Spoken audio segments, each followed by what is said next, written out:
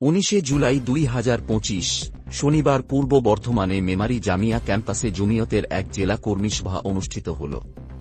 ওই সভায় উপস্থিত ছিলেন খ্যাতনামা স্বাধীনতা সংগ্রামী শাইখুল ইসলাম জনাব মাওলানা সৈয়দ হুসাইন আহমাদ মাদানীর সুযোগ্য সন্তান, কেন্দ্রীয় জমিয়তে উলামায়ে হিন্দের সহসভাপতি জনাব মাওলানা সৈয়দ আশজাদ মাদানী।